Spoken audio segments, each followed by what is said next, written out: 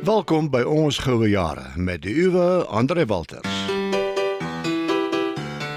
Ons goue jare is 'n gereelde weeklikse halfuur hier op die gunsteling radiostasie vir ouer mense en hulle kinders en kleinkinders, sodat hulle ook kan verstaan wat die uitdagings is van ouer word.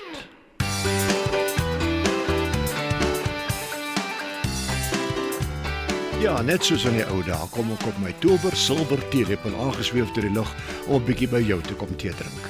Hoop ons kan lekker gesels. Ons het 'n heerlike spyskaart vir vandag se programme. Onder andere het ons die gesprek wat ons begin het met Charlotte Fairbridge van Age in Action. Ons het dit verlede week begin en ons sit dit vandag voort.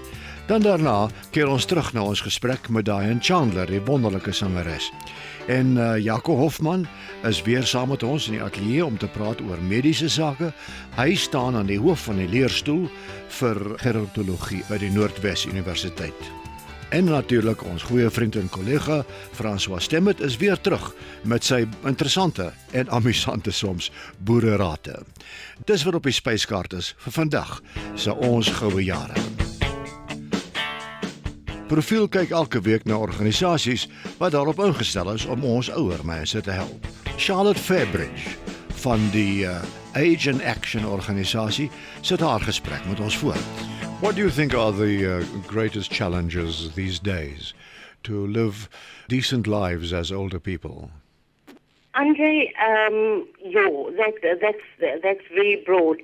But what we have found is the abuse of older people. That is an absolute, it's a scourge that we try, to address daily.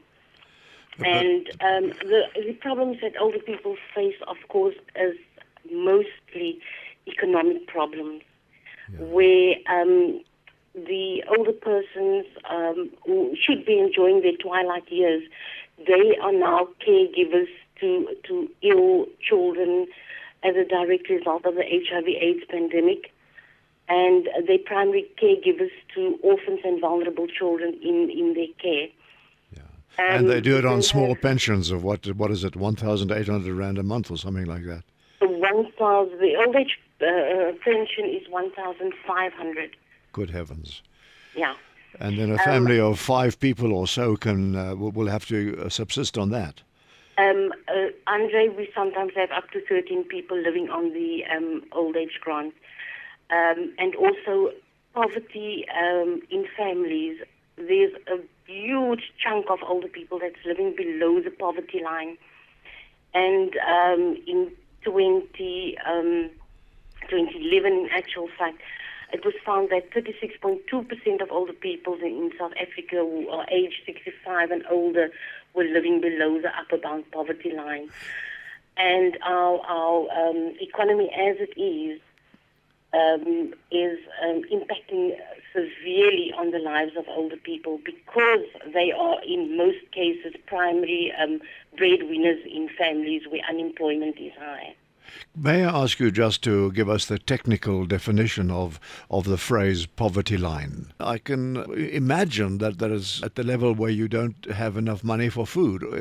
What basically happens, Andre, is that because of older people having to live off and the extended family, of course, having to live off the old age pension only, they are not able to, and with the extended family and children schooling age, they've got to see to school fees. They've got to feed and clothe the family, provide electricity, water, etc. So what happens is that the older persons, by the time they need to go and collect their meds at the hospitals, they don't have the money to do so.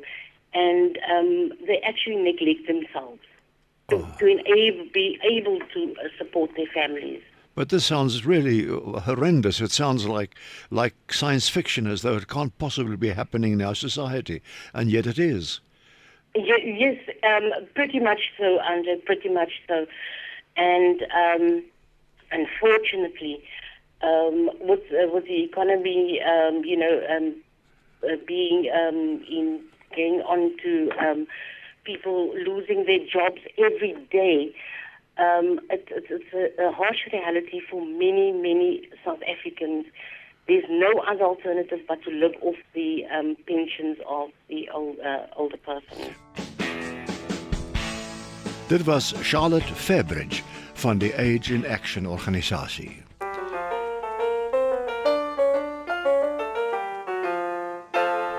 En nou is dit tyd vir ons onderhoud van die week. Ons besoek aan Diane Chandler is baie aangenaam en vandag gaan dit niks anders wees nie, soos sy ons vertel oor haar loopbaan en musiek en die mense wat sy geken het. If you had to draw up a short list of tips on how to get old gracefully and happily.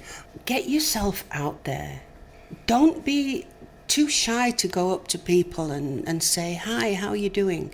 I've just moved in. I'd love you to come round to my place for a cup of tea. Help me learn the ropes. Yeah. Who's who in the zoo?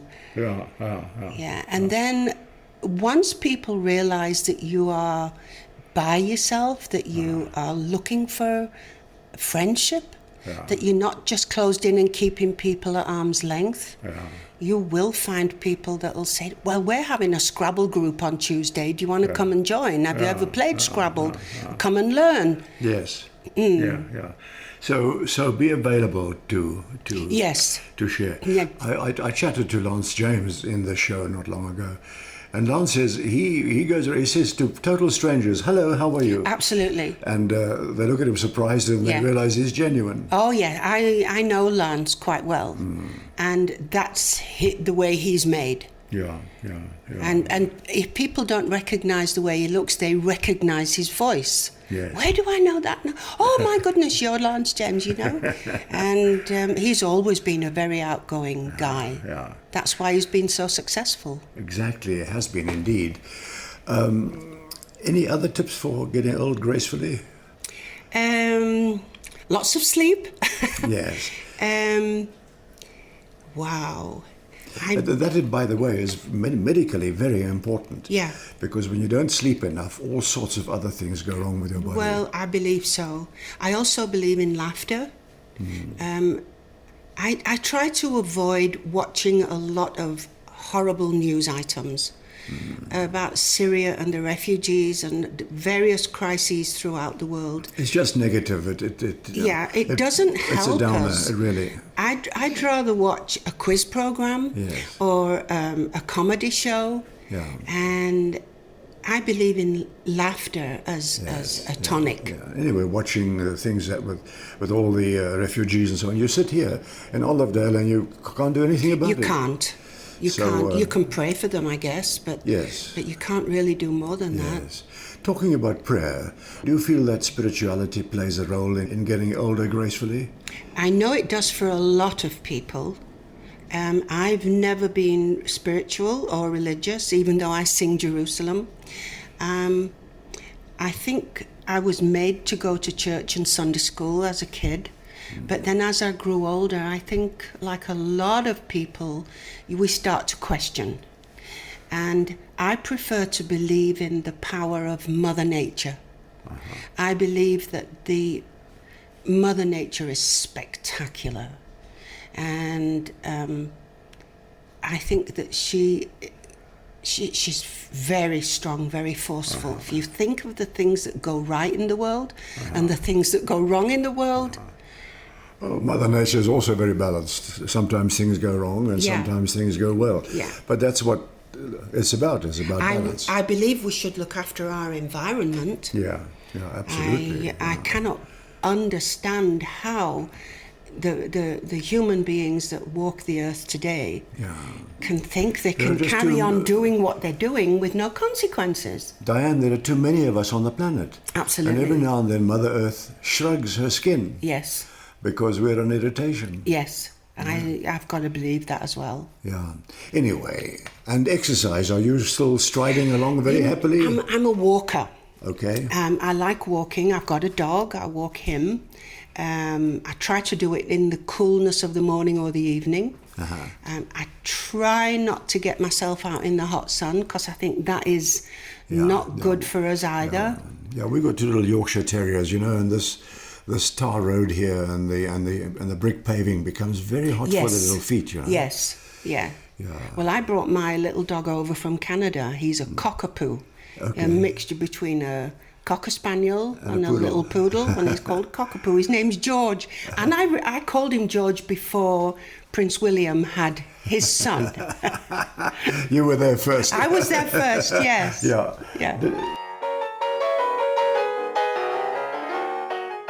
Dit was Diane Chandler, die sangeres wat wêreldbekendheid verwerf het en nou in Suid-Afrika woon.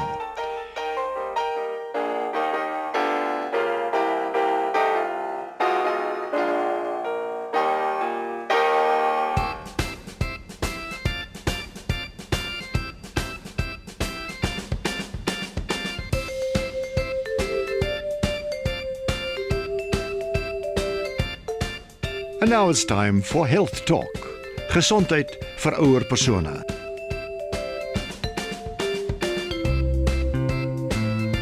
Jaco Hofman staan gereed vir sy volgende bydrae oor gerontologie en hier is hy.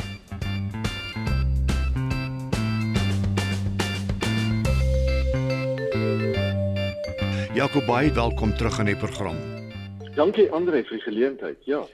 Man, ons het laasweek gesê ons wil 'n bietjie kyk na die sover het ons gepraat oor die ouer persoon se perspektief. Ek wonder of ons vandag 'n bietjie kan gesels oor die jonger persoon se perspektief op mense wat ouer is, hulle grootouers en so meer. Het jy navorsing daaroor? Ja, daar's interessante navorsing wêreldwyd oor hierdie intergenerasionele verhoudinge.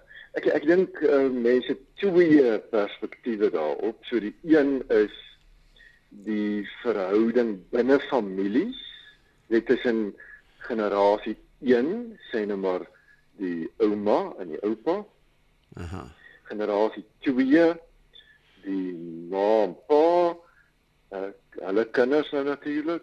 So en dan generasie 3, die kleinkinders, en dan nou met 'n toenemende veroudering het ons ook generasies 4 en selfs generasies 5, né? Hierdie vertikalisering van families. So ons is geïnteresseerd in daardie dinamika tussen die generasies. So dis die een kant, familiele generasies. Maar dan kry jy ook historiese generasies. So waar mens binne generasies kyk, so wat op verskillende historiese tye groot geword het in 'n bepaalde konteks. So byvoorbeeld tipies in Suid-Afrika sal jy nou hê die pre-apartheid generasies, hulle wat so in generaal Hertzog en generaal Smit se tye soort van hulle lewens begin leef het. En dan natuurlik die apartheid generasies, hulle wat hulle lewe gemaak het in die tyd van apartheid en die post-apartheid generasies. So ek dink jy kry die idee, dit gaan oor hierdie groot geskiedkundige gebeure wat tog jou lewe beïnvloed het en die manier hoe jy die wêreld sien en so meer. En dan daai verhouding tussen die generasies. Ja. Een van die probleme met apartheid was dat dit familie tradisies baie afgebreek het en verander het. Dat pa's en ma's moet weggaan van die huis om te gaan werk. Jy weet daar was beperkings op bewegings gewees en die paswette en so meer. En dat die hele generasie van kinders groot geword wat nie hierdie tradisionele pa, ma en kind verhouding gehad het nie. Ja, dis baie tipies aan die Suid-Afrikaanse opset en ons pluk nog steeds die wrange vrugte van hierdie arbeidsmigrasie en so meer. So wat jy nou dikwels sien is hierdie ouma huishoudings, nee, die ouma is deel van hierdie huishouding, maar ons soek na die oupas, ons weet nie waar is hulle nie. So daai gesinsdisorganisasie op 'n manier. So ja, dit het geweldige impak gehad. Maar dit is die tipe goed wat ons na kyk. Jy weet hoe die historiese konteks, die verhouding tussen die generasies beïnvloed het. Familieel, maar ook binne die groter maatskaplike konteks. So. Ek weet jy het nou pas die stoel begin by Noordwes Universiteit. Hoe vorder dit daar? Het jy daar nou al 'n paar studente of hoe gaan dit? Ja, ek kan jou so 'n bietjie vertel. Ons het binne hierdie program het ons 3 temas. En dit hang so 'n bietjie saam met waaroor ons al in die verlede gesels het. So die eerste tema waarna ons kyk is die familie en die posisie van ouer persone in die familie. So ons praat so maklik van die Afrika familie, maar wat beteken dit? Ekskuus net duidelikheid, het jy gesê die Paafrika? Afrika. Afrika. Ja, Okay. Afrika familie. So ons praat so dikwels van die Afrika familie, né? Ja. Asof daar net 'n statiese vaste idee is oor 'n Afrika familie. Ja. Maar ons weet die kontemporêre huidige Afrika familie is nie so simplisties en eenvoudig nie. So ons praat van die familie in Afrika en dan die posisie van ouer mense in hierdie familiestrukture. So ons bekyk dit in die eerste plek. Ja. In die tweede plek het ons 'n tema wat ons noem care, versorging. Aha. En dit hang saam met hierdie eerste tema, want die tradisionele idee is, ons hoef nie programme en formele strukture te hê rondom die versorging van ouer mense in Afrika nie, want die familie sal die versorging doen. Dis so van die aanname wat gemaak word.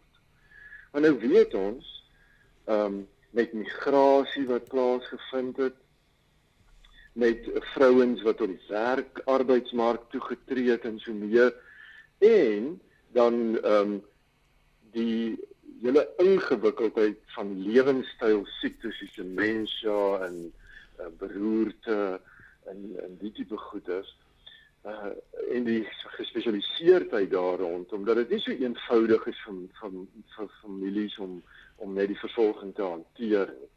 So ons kyk nou spesifiek in hierdie tweede tema, versorging, care, watter formele sisteme in plek gesit moet word, behalwe nou institusionalisering, nee, want ons wil nie daar die westerse pad noodwendig loop van institusionalisering nie. Maar watter unieke, tipiese, afrosentriese maniere is daar om mense in die gemeenskap te versorg, maar deur formele programme. Hoe kan ons families ondersteun deur formele programme sodat ouer mense 'n kwaliteitsversorging kan kry? Ja. Derde tema is rondom inklusiwiteit en eksklusiwiteit. So, en dit gaan oor die regte van ouer mense. Dit gaan oor diskriminasie teen ouer mense. Daar's so 'n mooi Engelse woord, ageism.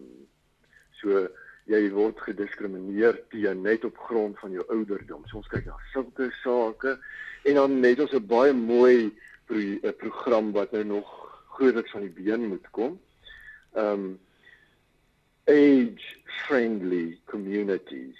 En hier beteken age nie ouderdom of bejaardheid nie, maar net doodgewoon die proses van veroudering. Jy weet, die oomblik as jy gebore word, verouder jy. So ons kyk na gemeenskappe wat vriendelik is vir alle ouderdomme en alle groeperinge.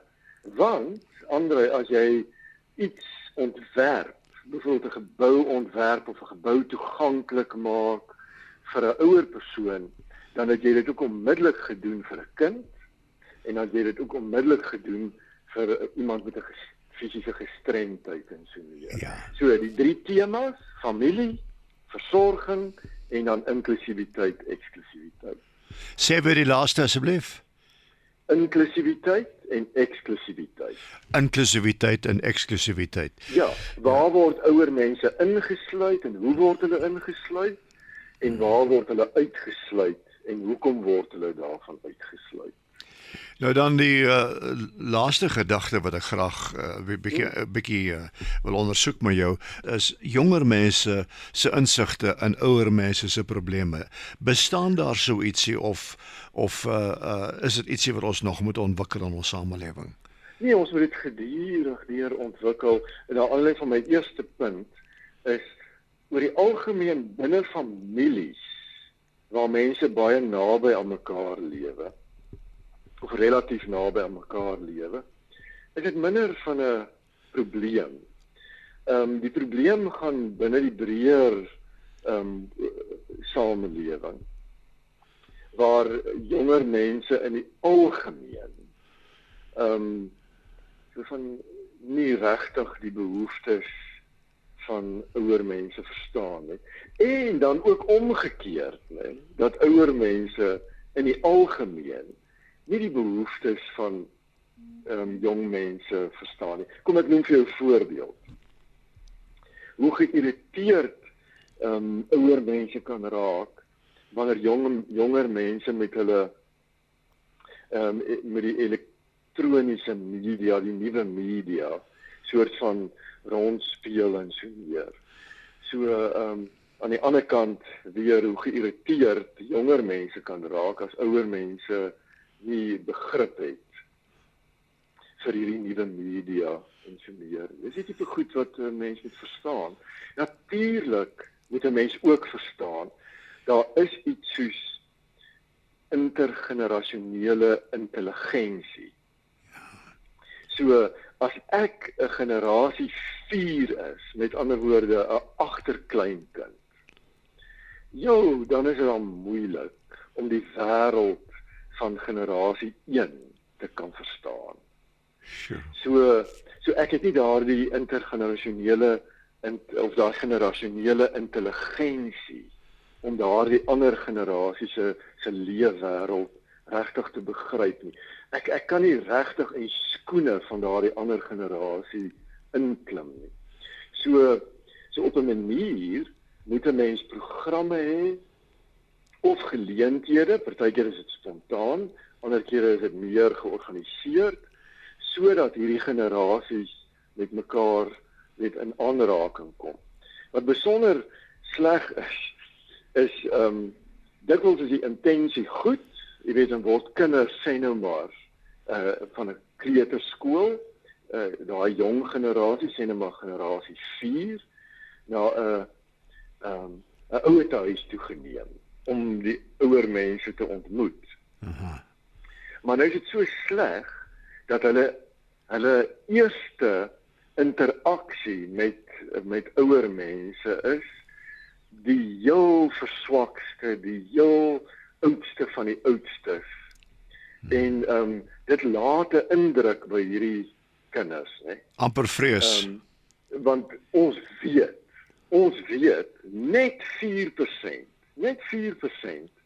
van ouer mense is so verswak dat hulle in ouerhuise in verswakte eenhede moet opeindig. So onthou nou 'n bietjie die res van die presentasie.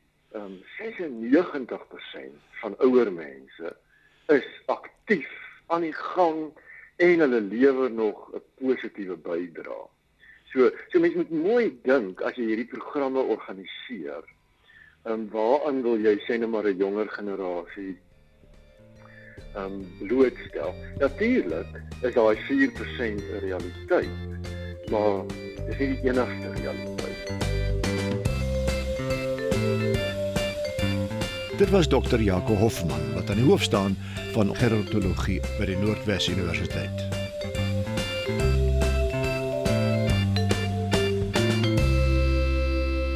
Boerderate met François Stemmet. Wel, ons het nou al 2 afleweringe gehad van ons gesprek met François Stemmet, die groot entoesias oor alternatiewe medikasie. Hy sê jy moet nie net begin alternatiewe medikasie neem nie. Gaan eers na jou dokter toe en hoor wat's verkeerd met jou. Correct. En dan kan jy jou ding doen.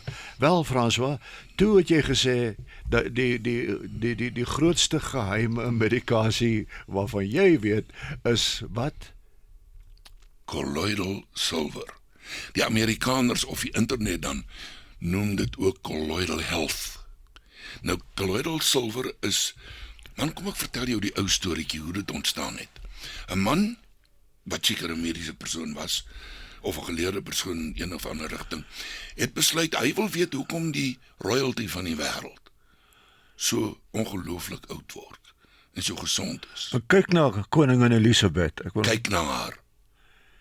En haar ma, en almal van hulle. Ja. Toe het hy begin navorsing doen op wat eet hulle. En hy het gevind maar hulle eet maar dieselfde kosse wat ons eet. Hulle gaan koop dit net self op die mark nie. Hulle personeel gaan doen dit, né? En dan word dit voorberei in kombuise soos ons in. En is dus gewone kos soos ek en jy eet.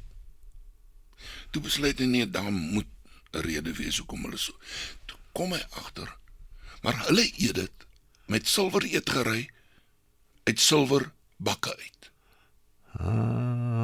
Maar nou raak die bakke ouer, dan gaan die silwer so 'n bietjie af en daar so geel koper so partykeer onder.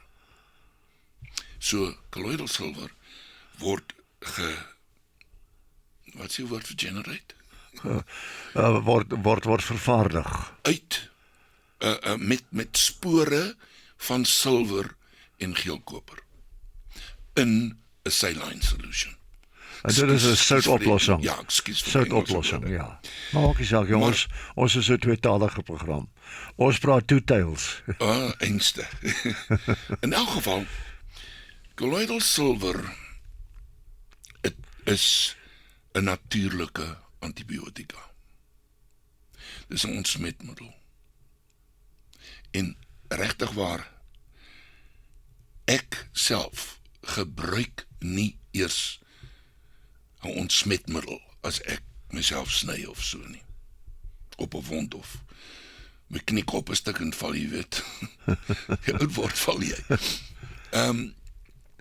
Ek spuit uit 'n spuitbord. Ek sit dit altyd in 'n spuitbotteltjie. Ja. Ek spuit dit aan die wonde. Maak hulle skoon en spuit die colloidal silver op en laat hom toe om droog te word. Dan kan jy jouself iets aansmeer en 'n blystertjie opplak. Maar elke dag spuit ek daai goed aan. Ek het 'n amper seker kliënt, 'n vriendin wat met pere spring in die klas van goeders. Ja. En sy het ook 'n paar groot honde. En sy bel eendag vir my, sy sê vir my, asseblief, wat doen ek nou? My honde krap asof hulle die laaste dag op aarde beleef. En ek sê van nie, maar jy moet die goed kry en spuit jy dit aan. En sy doen dit toe. Colloidal silver. Ja. Ja. Dis 'n anti-allergiese middel ook. En sy spuit dit aan en nou is die honde gesond. Toe sê sy vir my, maar kan sy dit vir haar perd gee? Ek sê, maar natuurlik kan jy dit vir jou perd gee. Maar moet dit dan nie in die waterkrip gooi nie, want dan is dit te verdun. Gee dit nou in 'n klein bakkie, laat jou perd nou net met 'n bietjie water dan goed inkry. En daarna dan maak jy sy krip vol water dat hy kan drink.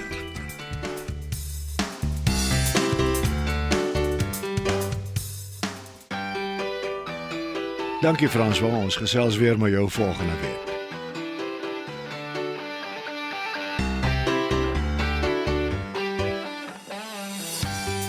Intussen is dit André Walters wat moet nie meer so rad soos wat hy wil graag voorgee nie, op sy tower silwer teelepel spring om te vertrek, totdat ons weer volgende week met mekaar gesels. Tot dan, hou moed, hou koers en hou kop.